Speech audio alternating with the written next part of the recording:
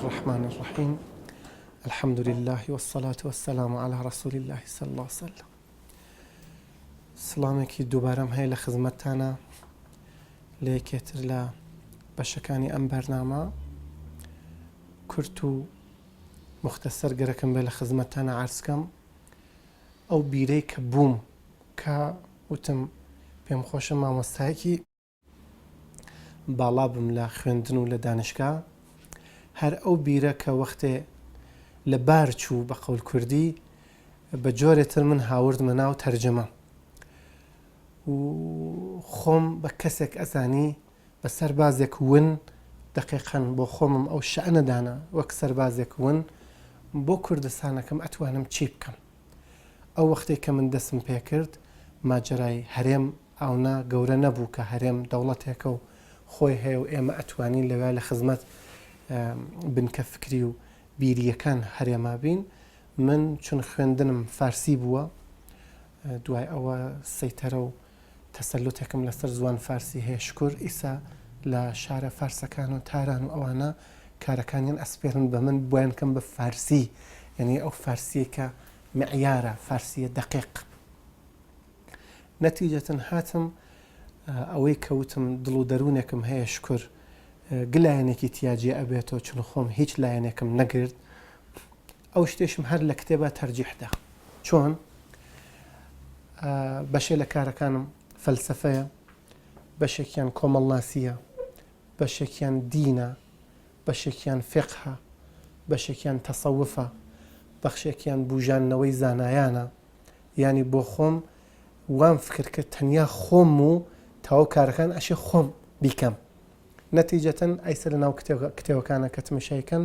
ڕەنگاوڕەنگیەکی تایە کە کەسێ نەمناسێ لە خۆیە کاورایە کە سەرشێت مەجموعە شتیان بۆ دانا و یەکەیەکە ئیتر ئەیکا بە فارسی بۆشی مهم نییە. و لە من بۆم زۆر مهمە ئیسە لە ساڵ مشەخەسەن 2016 لە خزمەت برایانە لە سەنتەر زەهاویە تەشریفیان هات بۆ ئێرە و دانیشتنێکمان بوو بە یەکۆ چەند دانیشتن ولی لە دانیشتن کۆتاییە بڕیار درا بەوەی کە من وەک هاوکارێکیان لە ئێرانە زۆرێ لەو کتێبانەی کە سەنتەر زەهاوی دەستنیشانی ئەکا بۆ کار فکری من بیکەم بە فارسی. ئێستەیش سێهەمین ساڵ هاوکاریمانە بە یەکۆ بە یاری خۆی پەروەردگار بۆ 2019ش نزیکەی 8 کتێب فکری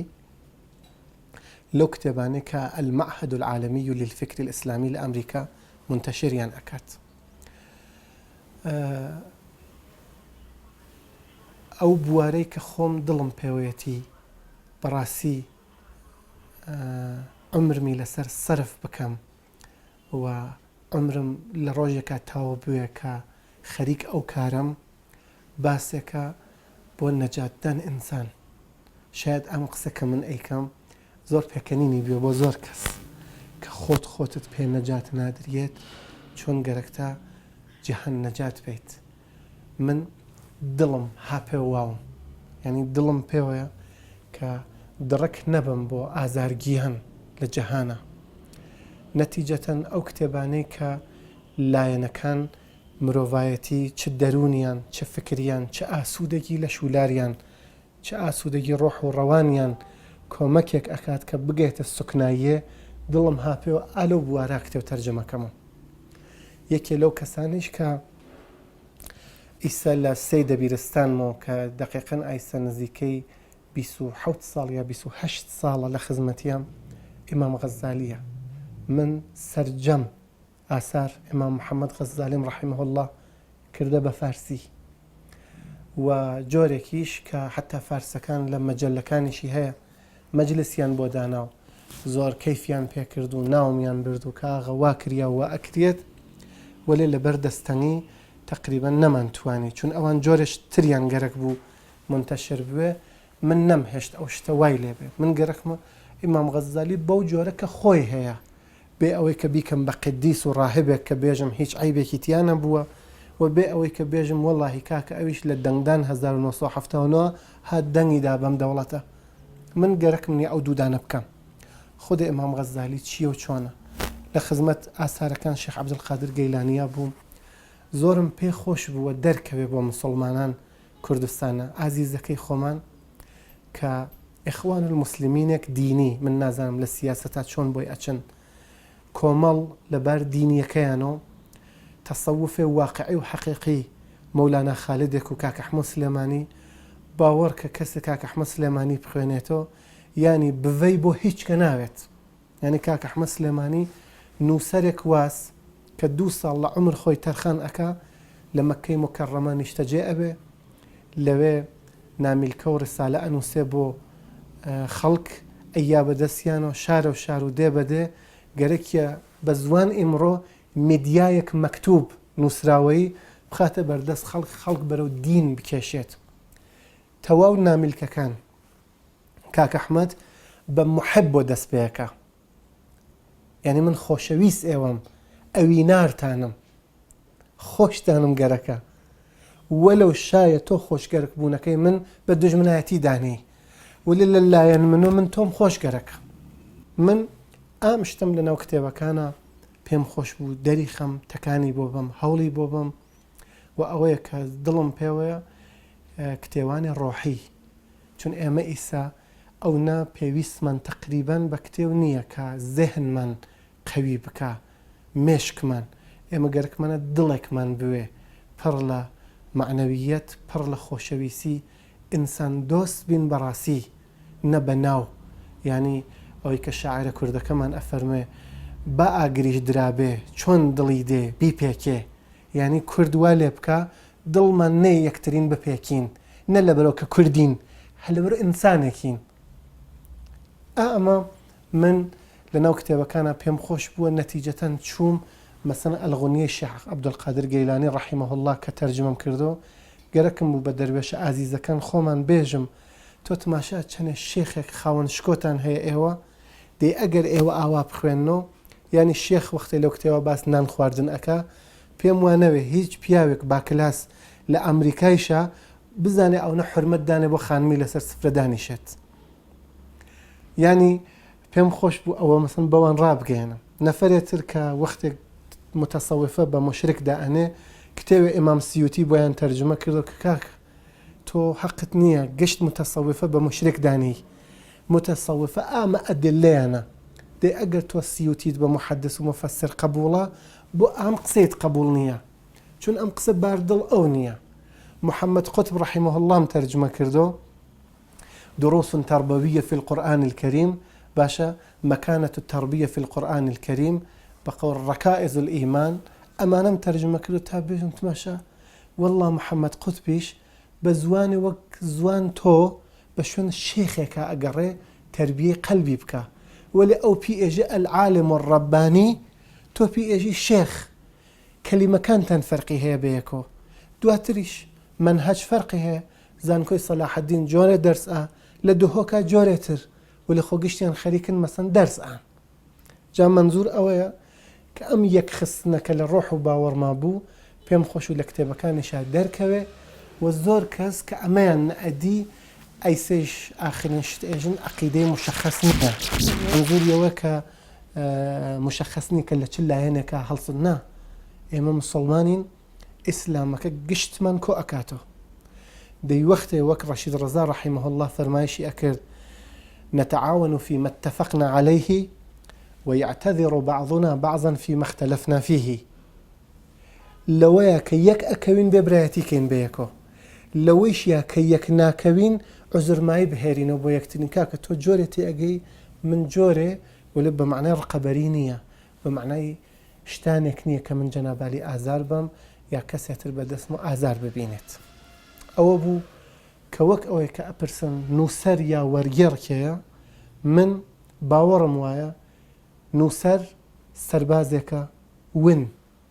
خبات جريكا تنيا خوي لنجرك أجري لكوملجا كزور كس أو لنجر نابينه أو كلنا نابينه ورجر لباور منا يعني كسيكا خاصية كان والله تكي خوي أنا سنة بخلق كانتر خاصي والله تكانتر أهيري بزوان وڵاتەکەی خۆی ئەیاتە دەرخوارد ملەتەکەی لەبەر ئەوە کە بتوانێت یەککەوتنە جیهانیمان بوێت لەبەرەوە بتوانین ئێمە ئەگەر تەک ئەڵمانیەکە تەک ئەفریقاییەکە داهێنیشتین ئەو بتوانێت سەلاحەددین بناسێ، ئەو بتوانێت مامۆسا گەورە ئازیزەکان ئیسە زانکۆی و حجرەی بناسێ، ئەو بتوانێت شکۆ گەورەکان مێژووی ئێمە بناسێت. ئەمە وەرگێڕێ ئەتوانێ بیکات. ئەمما ئەگەر کاورای خارجی لە دەرەوەی وڵاتەوە بێ کوردستان ئێمە بناسێ و بیناسێنێ بە خۆیان، تەبعەن جۆرێک ئەیناسێنە کە بەردڵ ئەو کەوتە. هەر بۆ جۆرە کە کاورەکە هاتە لە کوردستانە لە سەفەرنامەکەیشیان نووسیەتی گەیشتمە دێ لە دەوروبەر جێیەکە لە کوردستان، وەختێ هەر سوعالی کرد و ئەو نەفەرە کوردە نەیزانی و ئەم ئێژەی وتی نازانم. نووسیەتی لە تاریخ لە سەفەرنامەکەی گەیشتمە جێ ناوی نازانم بوو. نازانم. دەی کوردێ ئازیز وەک خۆمان وەختێ بێت کوردستانە ئازیزەکەی خۆمان بناسێنێ، تەبعەن وای ئەناسێنێ کە دروسە. نەتیجەتەن من ئایسە تازگی لەبەر کەمدەسی و کەم توانایی دارایی لە بوار دارایی و لە بوار زانستەکە ئەلحەمدوللا هەم خۆم هەم هاوکارانێ بەڕێزم هەیە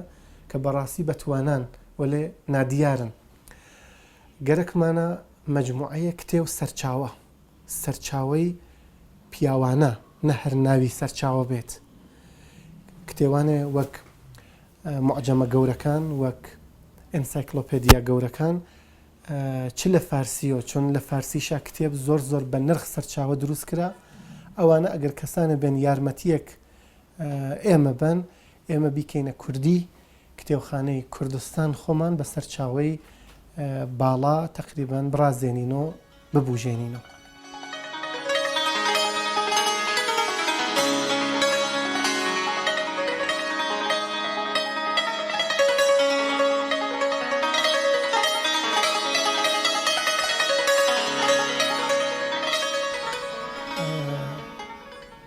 تقریبا ئەوەی کە ناو کتێبەکانە ئاماژەم پێ کرد بۆ بەعزێکیان، گەرەکم بێ من مەسەلەن شتێکیان هەڵبژێرم و بێژم تەڵ وەک باوکێکە یا دایکێکە گەرەکی ناو مناڵەکانیە دانێکیان هەڵبژێرە و بێژێ ئەمیانم لە گشتیان زۆرتر خۆشگەرەکە. و لە عەرزم کرد لەبار فکریۆ، لەبار عرفانیۆ، تقریبا لەبار اقتصادی و حتى من اقتصاد کتێبم تەرجمە کردێتەوە. عەرزم بە خزمەتت لەبار ئیسلام بناسێنین کە کامە ئیسلامە. هەر ئەو سەید قوتبەکە متەئەسفانە ئایسە زۆر کەس نابەجێ قسەتێ بە دەمیا.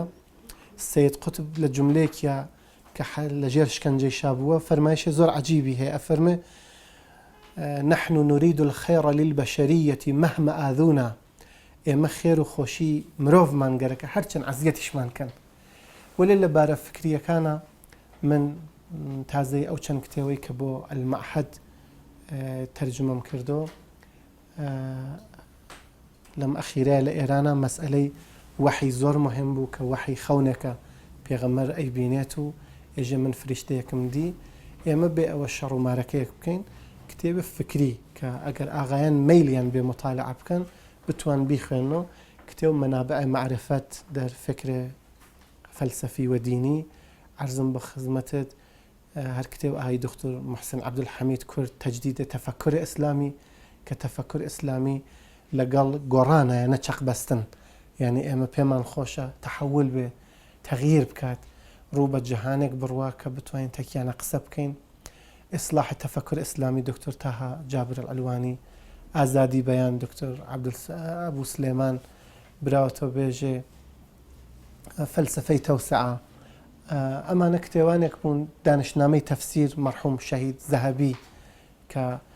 لە توول تاریخ ئیسلامە ئەو تەفسیرانەی کە لە قورئانە لەبارەی قورئانەوە نووسران هەر کامیان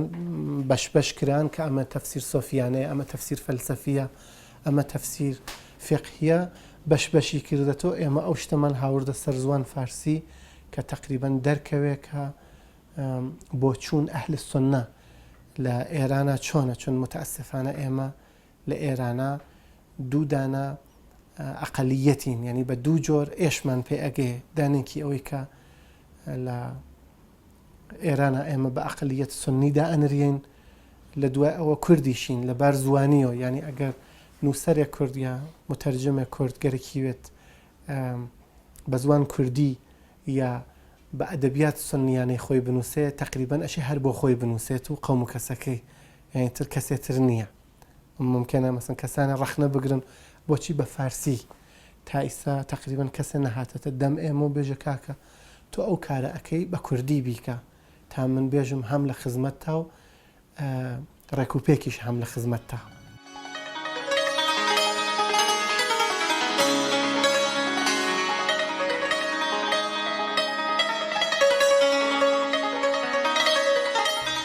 من بەوەی کە چون ئێمە شتێک هەیە لە ئێرانە بە وەزارەت ئێرشادی ناو ئەو وەزارەت فەرهەنگ یا بە قەول عێراقی وەزارەت ڕۆشنبیری شتەکان لەوێ سەبت ئەوێت ئەوەی کە ئایسە بە ناو منۆ لە خودە سایتەکە سەبت بووە 145 دانە کتێبم من تا ئیسە تەرجمە کردێتەوە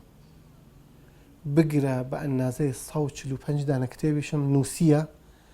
وەلێ فرۆشتمە بە ئەم و ئەو و زۆر کەسی شاید هەر ڕەخنە بگرێت کە ئەمە کارێک هینە وەلێ تقریبان ئەشە جێکەمان بگۆڕینەوە جا بزانم ئەگەر لە جێکەم نیشە دانیشێ هەر ئەو پرسیارە دیسان ئەکاتۆ یانە ئەینا من ئایسا عەرزتم کرد ئایسا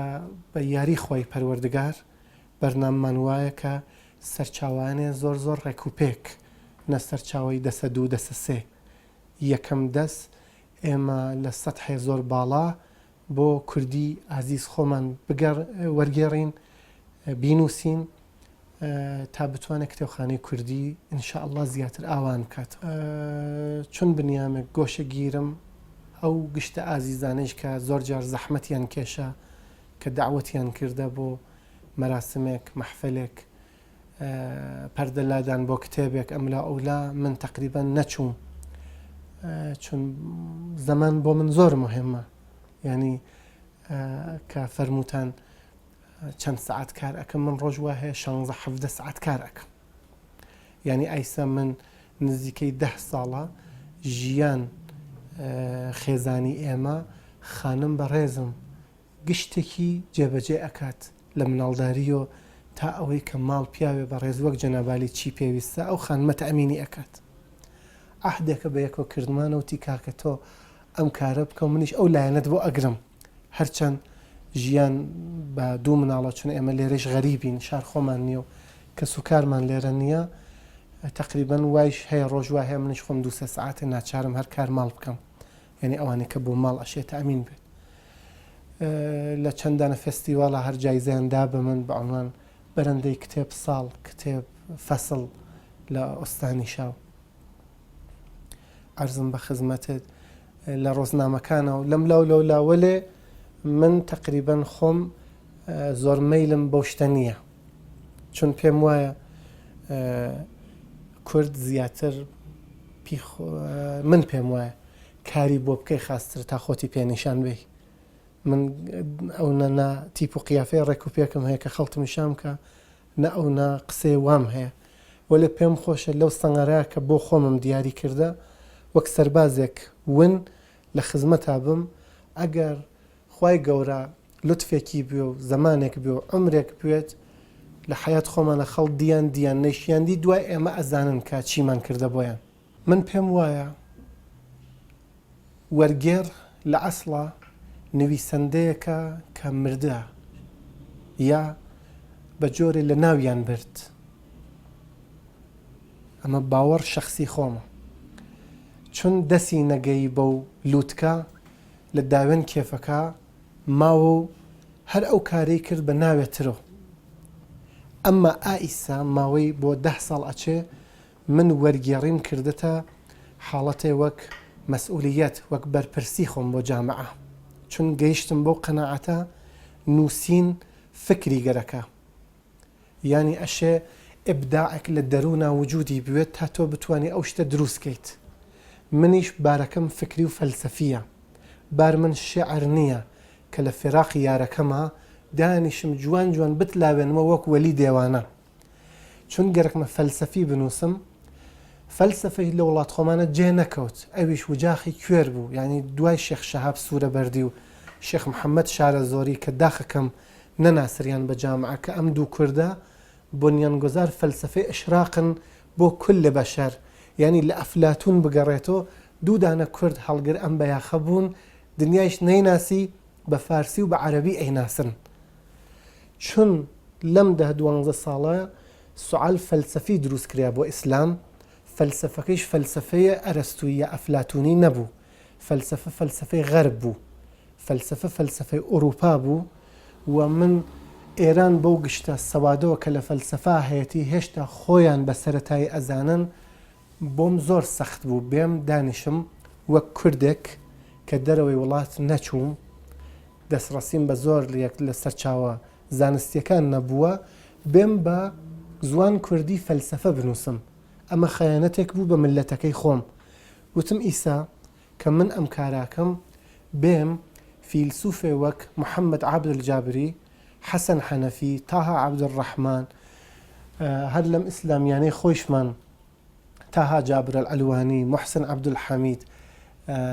بۆچی ئەمانە نەکەینە فارسی یا کوردی چون ئەمان ئەو شتا و سەرچاوە ئەمانیان بووە ئێمە نەمان بووە ئیسا ئێمە بە واسطەیەک ئەهێرینە ناو کوردستان یعنی ئەمە شتێک بووە لە ڕووی بیر و ئاگاهیەوە هەڵمان بژارد ئیلزامەکەی ئەوە نەبوو کە ئێمە تقریبان یعنی هەر لەبەر کار یا لەبەر دەرهاوردن نانی ڕۆژانە و بۆ ژیواری ڕۆژانە مەسەن کرد بێتمان فکرێ لە پشتیا بووە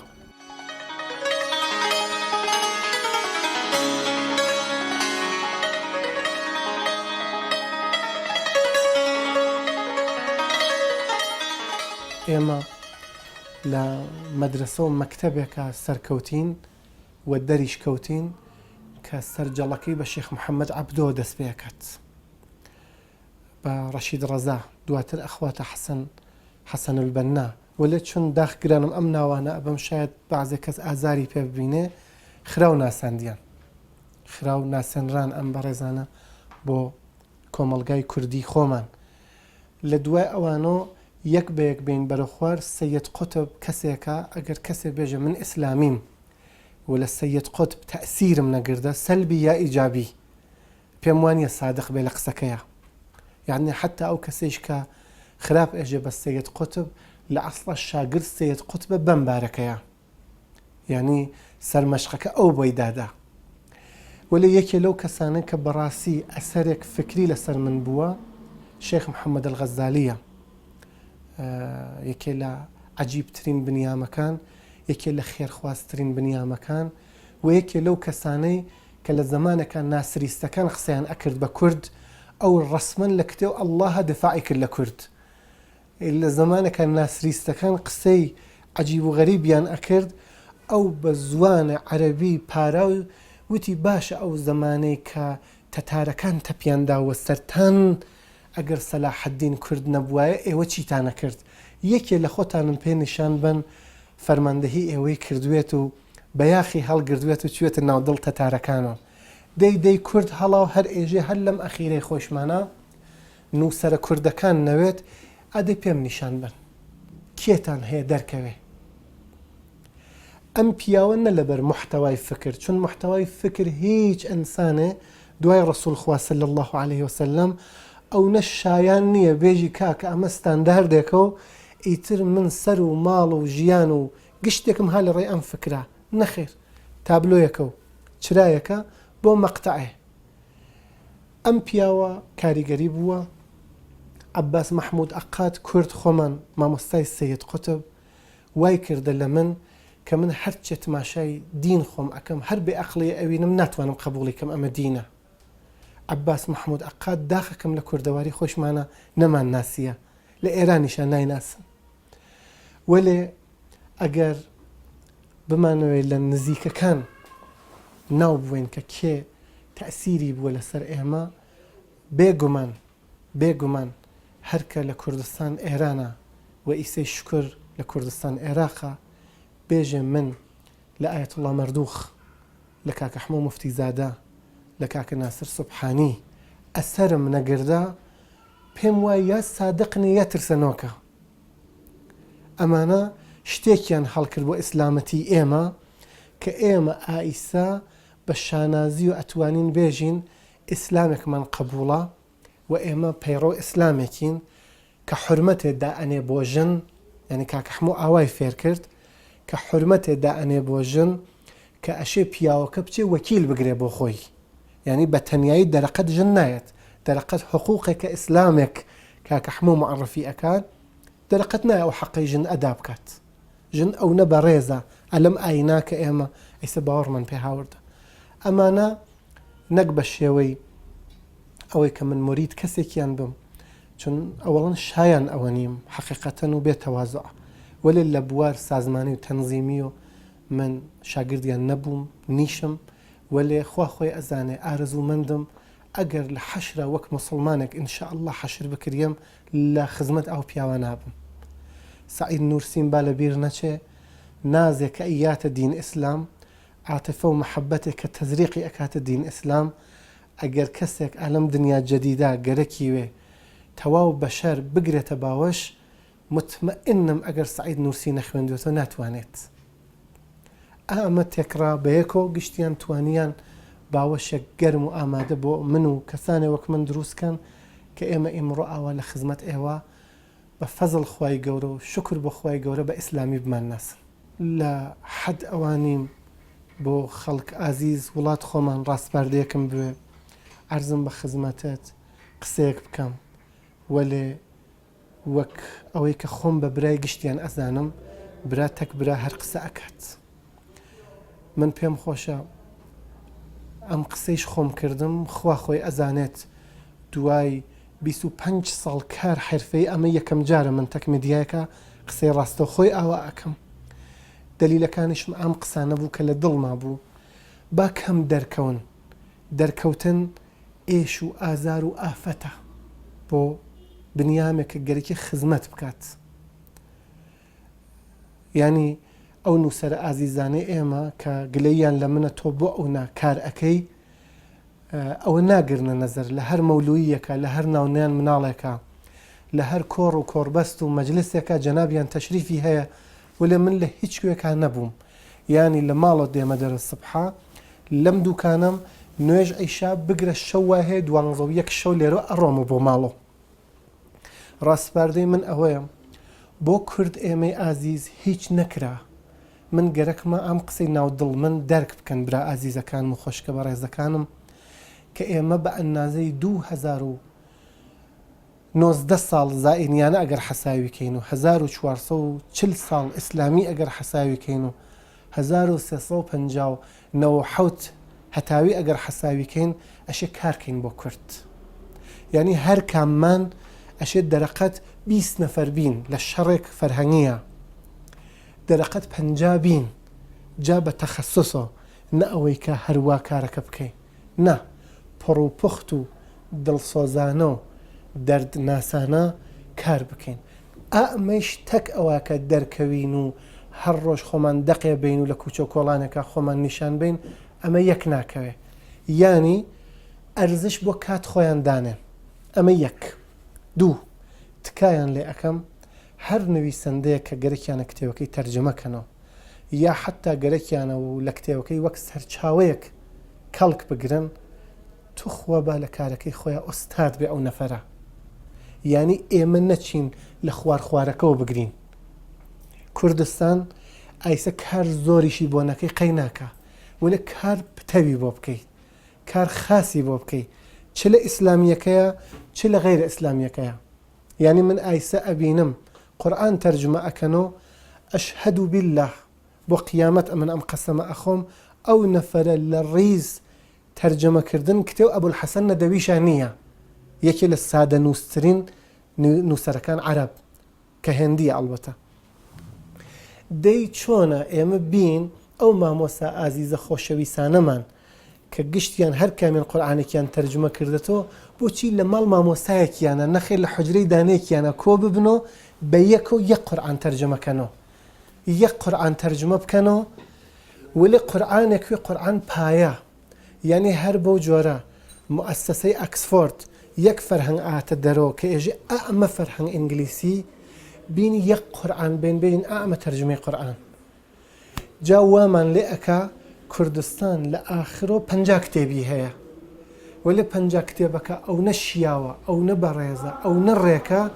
جیهان تێت نەهاد و موسسەی بۆ دائەنێت کە بیکاتە ئەڵمانی بیکاتە فەڕەنسەی بیکاتە لاتین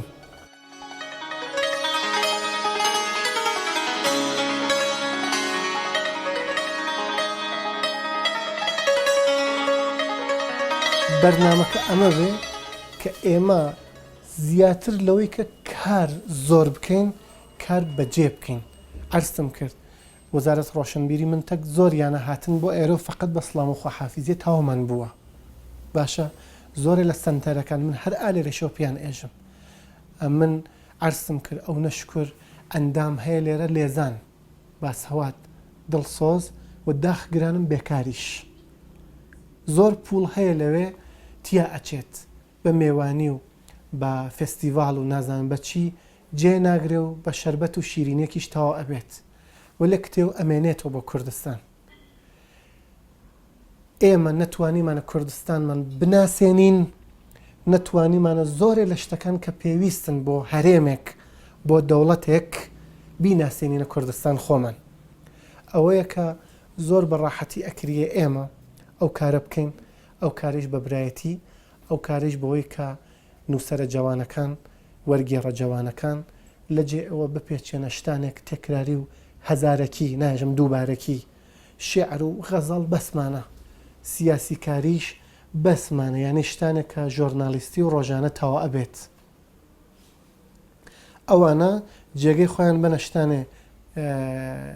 زانکۆییانە و دانشی و تاوامان لێبێ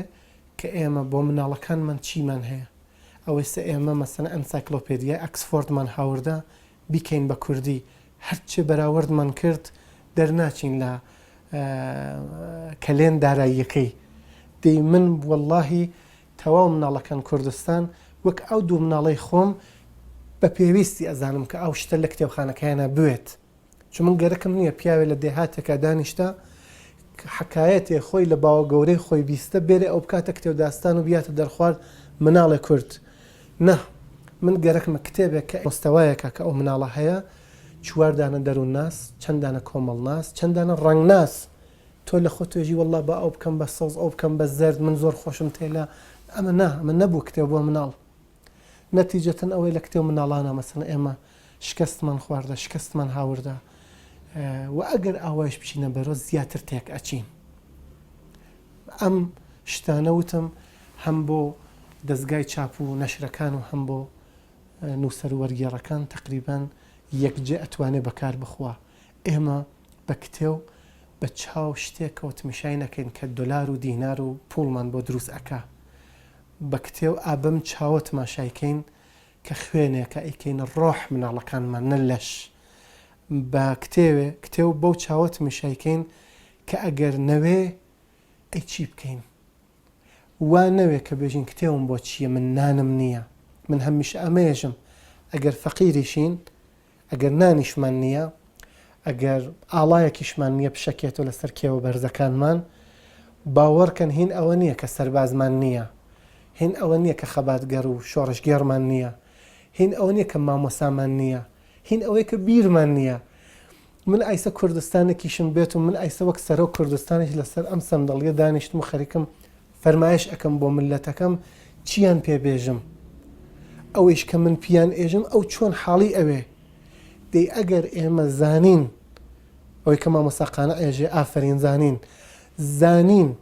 تەزریق بکەینە وڵاتەکەمان ئەتوانین بێ پەرچەمیش بێ ئاڵایش هەر خاوەن شکۆ بین جا ئەگەر ئێمە هەوڵێک تەکانێ ئەمە بە پەلەپەل و ئەمانە ناوێ جەدوەلێ زەمان بەندی دانین بێژین ئێمە گەرەکمانە 5 ساڵ ئایەندە و داهاتوو چی بکەین من وەک سەربازێک ون لە کوردستانە کۆمەڵ بێتە بەرۆ لە خزمەتیە پارتی بێتە بەرۆ لە خزمەتیە وتم بێلایەنم کوردێک خۆم دینیم هیچ وەخت فشار دینیم نەبووە نیشمە و بۆ کەسیش هیچ وەخت ناژم بێ بۆ دینی چون من چیم کردە بۆ بەشەر تا ئەویش بێ وەک من بکات من پێم خۆشە ئەم بارزانست و زانینیە لە کوردستانە جێ بخەین. زۆرێک لەو کەسانە کە متەئەسفانە کتێوەکانیان لە عێراقا چاپ ئەوێ هەم لەبار دیزاینۆ هەم لەبار ناوەرۆکۆ ئیشکالی زۆرە و زۆرێکیشیان هەر لە شێوەی کارەکە کتێبێ لە فارسی و تەرجماکەنەوە جا ناو دووناویش ئەنن بە خۆیانەوە کە بێژن ئەگەر ئێمە سەبک ناوەکەمە عەرەبیانە بێ مەسەڵەن ماشەڵڵا بەرزەنجی و نازانم عەدنان کێ و ئاواوێ زۆر خاوەن شکۆترین. کاکە من وەک دۆستێ ئێوە بە سەداقەتەوە زۆریشیان ئەتوانم دەستنیشان کەم ئەوەی کە دەستنیشان ئەەکەم ئەوەیە کە با خۆی لێرەوێت ڕوو بە ڕوو لە خزمەتی عەرزکەم. ئەو کتێبەکە لە فارسی و وەریان گێڕاتە سەر کوردی فارسیەکەی غەڵەتە، یعنی ئەوانەی کە لە ئێرانە فەلسەفە ناس و کۆمەڵ ناس و دەروون ناس و سیاست ناسن جارێ فەرهەنگ، یعنی هەر کەسێ وشە نامێک دائنەیە کاتە فەرهەنگ، یعنی ئەو زوانە بەسە زوانە کوردیەمان وای لێ هاتە ئەم گشتە فەرهەنگ نووسی تیا بووە ئێمە نەمانزانێت هایسە. ئەم کتێبانە لە فارسیەکەی گیریان تایە ئەو ناو کتێبەکان ناوەم لەبەر خاترەوە وەرگێڕە عەزیزەکەی لەوێ شاید بەوە ئەژیێت. وەلێ بین کارێک بکەین کار بۆ جۆرە کانتە ئەیوەت لە فەلسەفە ئەخلاقەکەیە. ئەگەر تەنیا من وجودم بوێ لە جەهانە تەنیا خۆم ئەشێ ئەخلاق وا ڕعایەت کەم کە ئەخلاق بۆ من نازڵ بووە فەقەت من چ کارتمە بە جەهانەوە. نووسەرێ کوردیش وەرگێڕێ کوردیش ئەشێ وا فکر کاتەوە تەنیا خۆی بەرپرسە لە بەرامبەر کوردستان ئیمڕۆ و مێژووی داهاتوویشە. من وا بیر ئەەکەمەوە دیسان عەرزەکەم لە حەد ئەوانیم بۆ براو خۆشکە ئازیزەکانم کە لەم حرفا کار ئەکەن شتیان بۆ بێژم وەلێ ئەحساسەکەم بۆ بەعزێکیان کاکەم لە سن و ساڵە بۆ بەعزێکیشیان برای بچووکم ئەگەر خەتامان کرد جێیگەڕانەوە هەیە باوانەوێت تەنیا جەنازەکەمان بۆ کوردستان بژیە. جەدیدەنیش دوانسیانە لە هونەرمەندە کوردەکانمان مرد هەر جەنازەکەیشی بەش کوردستان نەکەوت لە دەرێ کوردستان نانیانە قەور. ئێمە سەر و سامانێ بین بە فەرهەنگمان ئەم سەر و سامانیشە بە برایەتیەک بە دەستێ پیاوانە و دڵێک ساف و ئەکرێت. بەڕاستی سپاس گوزار جەنابتم ئاغای مەولای بەڕێز هەر شەبەکە و میدیاکەیشتان و گشت ئەو کەسانەی کە ئەم هەلایان ڕەخسان کە من وەک شتێک زۆر عەجیب و غەریب بۆ یەکەم جار دوای 25 ساڵ هەتمە زوان تەکتانە و قسەم کرد. قسە زۆرە بۆ کردن وەلێ فارسەکان جملەی خۆشیان هەیە ئێژن 200 گفته چۆن نیم کردار نیست قسە هەزارە و یەکی بەکارە بین با کار بکەین. ئەگەر کتێب خەڵک ناخوێننەوە ئەی بۆچی لە ئەمریکا کە سەرچاوەی ئەم گشتە گوشی و مێدیا و نازانم واتساپ و ئەم جۆرەشتانن تیراژ کتێبیان 5 ملیۆنە پارەکەم من تا نزیک مانگ 7 زاینی ئامارم بەدەستەوە بۆ ڕێژەی کارەکەیان تا مانگ 500,000 عینوان کتێو ئەگەر لە هەر کامێکیشیان ملیۆنێکیان چاپ کردوێ چون بۆ جیهانی چاپەکە 500 ملیۆن کتێب ئەوەن چاپیان کردە 5 ملیارد. دەی پەس ئەمە ڕەبتی بە میدیا و ڕەبتی بە گوشی و ڕەبتی بە واتساپ و ئینتەرنێت و ئەمانەوە نییە. وا دیارە ئێمە کەم تەرخەمین لە حاڵەکە ئالفۆنس دۆدا یەکێ لە نووسەرە گەورە فەڕەنسەویەکان فەرمایشەکە ئەو ملەتەوە خۆی بە زیندانی ئەزانێت تا ئەو زمانەی کە فەرهەنگ خۆی بەدەستیەوەتی کلیل دەرگای زیندانەکە بەدەست خۆیەتی. ئێمە ئەگەر پێمان خۆشە لە هەڵبژاردنە لە ڕاپرسیە لە ئەوەی کە لە جیهانە چۆنمان بناسن سەرکەوین ئەشێ بخوێنین. خوێندن باڵای گەرەک ناوێ. من ناژم گشتی دین بخوێنێ ناژم گشتی فەلسەفە بخوێنێ ناژم گشتی بێ کۆمەڵناسی و دەروون ناسی بخوێنێ لای کەم دیوانە مامۆساقانە بیخوێنن. هەرو مامۆساقانەی کە ئەفەرمێ کاکە بخوێنە خوێندن بەکەڵکە هەر کەس نەخوێنێ نۆکەری خەڵکە. خوێندنمان بوێ با وەختێک گەرەکمانە خێزانمان ناز ئەەکەین بزانین نازیکەین وەختێ نازمان ئەکا حاڵی بووین بزانێژێ چی زۆرێک لە پیا و کورد جایەکی لۆ قەڵسیەکان پیا و کورد ئەوە مەسەن ژنەکەی شاعرانە و فانتەزی تەکیە قسەکە دێ لە حاڵەکە ئەو بە سوکایەتی حاڵی ئەوێت یعنی منزور من ئەسڵان گەرەکم نییە فەلسەفی و عیرفانی و ئەمانە بخوێن نەخێراغە دڵت بە چیوێ بخوێنە ئەمە لایەک لاکەی تری بنگای چاپ و نەشر و نووسەر و وەرگێڕەکانیشمان هەوڵ بن خۆراک خوێندن دروستکەن بۆ خەڵک وەلێ هەر بۆ جۆرە لە خواردنگاکانە هەوڵ ئاین خۆراکێک پاک و پوخت و تەڕ و تەمیز بین بە خەڵک لطفەن لە کتێبیشە خۆراکی پاک و پوخت جددی نووسەران عەرەبمان هەیە باوەڕ کە تەنیا خۆیان بۆ ئەوە ئەژیان بێژین ئەمە شناسنامەیە بۆ ڕۆژهەڵات بۆ ڕۆژهەڵاتی ناوەڕاست بە قەول بۆ شەرق الئەوسەت ئەو نە بەڕێز و فیلسوفن من وا فکر ئەەکەمەوە جا زۆر کەسێژە بۆ لە عەرەبیۆ تەرجماکەیتەوە وا فکر ئەەکەمەوە بۆ چوونێک کە محەممەد عەبدولجابری بوویەتی باشە یا جۆرج تەڕابیشی بوویەتی یا تاها جابر العلوانی بوویەتی یا تاها عەبدولڕەحمان هەیەتی یا دکتۆر محسن عەبدولحەمید کورد خۆمان هەیەتی بەڕێز و ئازیز بەڕاستی ئازیز نووسەرێک زۆر بەتوانە کە تاها جابر العلوانی فەرمایشەکە بە ئارەزوو بووم خۆزگا محسن عەبدولحەمیدم بدیایە خاز